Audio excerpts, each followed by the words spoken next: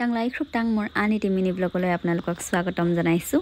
আমাৰ ইফালে বতৰ খুব বেছি ডাৱৰীয়া, হয়তো সকলোতে হৈ আছে নেকি, কিন্তু তথাপিও ভাবিলোঁ যে এবাৰ বাৰীখনলৈ যাওঁ, যিহেতুকে আপাহঁতে এফালে বিন উঠাই আছিলে। আজি যিহেতুকে দেওবাৰ আছিলে, এইটো শনিবাৰৰ দৃশ্য, আৰু আমাৰ বহুত টেঙেচি ওলাইছে জলকীয়া পুলিবোৰৰ চাইডে চাইডে। এইফালে আকৌ আমাৰ আলহী আহিছিলে নিয়ৰ, আৰু নিয়ৰৰ লগতে সময়টো দেওবাৰটো পাৰ কৰাৰ দৰেই হ'ল। ৰাতিপুৱাৰ সময়ৰ এইখিনি চাহ খাই বৈ আজৰি হৈ দেউতাই আনিলে বজাৰৰ পৰা মোৰ ভাল লগা বস্তুকেইটা মই লিষ্ট দি পঠাইছিলোঁ আৰু লৈ আহিছে।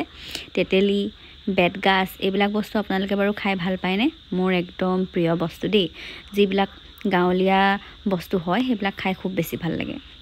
আৰু বোলো নিয়ৰকো অকণমান দেখাই দিওঁ, তাইনো কি কৰি আছে। আজি দেওবাৰে তাই একদম এনায়েকৰ ফেমিলিৰ লগত এনজয় কৰি আছে। তাই নিজৰ কোৱালিটি টাইম স্পেণ্ড কৰি আছে। বিচনাত একেবাৰে শুবই পোৱা নাই তাই, ইকুলাৰ পৰা সিকুলা এনেকৈ ঘূৰি ফুৰিছে। পিছবেলালৈ অকণমান ৰ'দটো ৰিঙিয়াইছিলে আৰু অকণমান, সেইকাৰণে ভাবিলোঁ বহুত দিন ৰীল বনোৱা নাই, ৰীল কেইটামান বনাই লওঁ।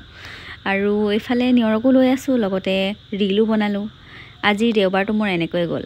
আজিলৈ আহিছোঁ, বাই।